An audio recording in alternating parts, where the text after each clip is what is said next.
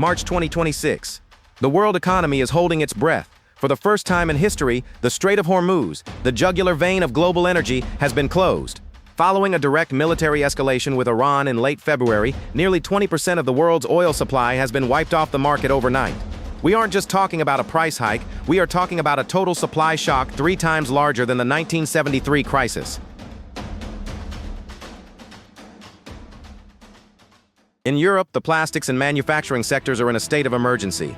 In Asia, the energy silence is forcing factories from Seoul to Tokyo to scale back. But the real story is the geopolitical ultimatum. We are end the chaos or restoring order. These executive orders will make America great again.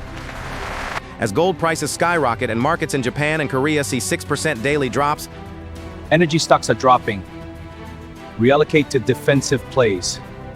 Watch for the rebound. the question isn't just about oil, it's about the end of the old global order.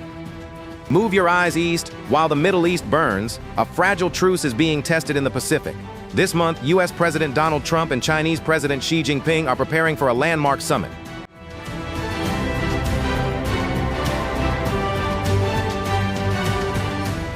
On the surface, it's a strategic timeout. China is pivoting negotiations toward technical issues like port fees and rare earth exports, hoping to stabilize their economy. But experts warn this is the dawn of the most precarious moment in U.S.-China history. Why? Because while the diplomats talk, the selective decoupling is accelerating. The U.S. is frantically reindustrializing, moving choke points in batteries and drones back home. Meanwhile, Beijing is watching the clock. Their 2027 target for national rejuvenation regarding Taiwan is only 12 months away. If the 20th century was about oil, 2026 is about compute. We have entered what scholars call the third nuclear era, but the warheads aren't just plutonium, they're algorithms. At the AI Impact Summit in India this month, it became clear, AI is no longer a tool, it is a governing framework. We are seeing the rise of sovereign AI. Nations are no longer content using American or Chinese models. They are building their own digital stacks to protect their data sovereignty. From AI poisoning used in influence operations to the militarization of machine learning and naval shipbuilding, the gap between the AI haves and AI have-nots is creating a K-shaped global recovery.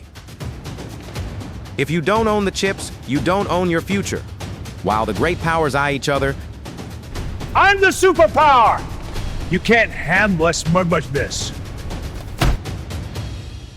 the rest of the world is fracturing. The Horn of Africa, Ethiopia, and Eritrea are locked in a staring contest over Red Sea port access that could ignite the entire region.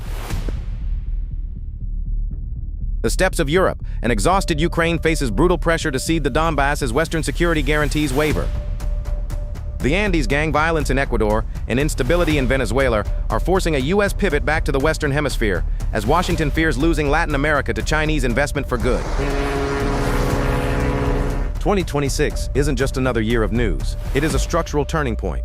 The liberal order is being replaced by a new competitive order, one defined by de-dollarization, algorithmic power, and raw realpolitik. We are living through the flywheel of chaos. Every crisis feeds the next. The question for 2026 isn't whether we can return to the old normal, but whether we can survive the new one.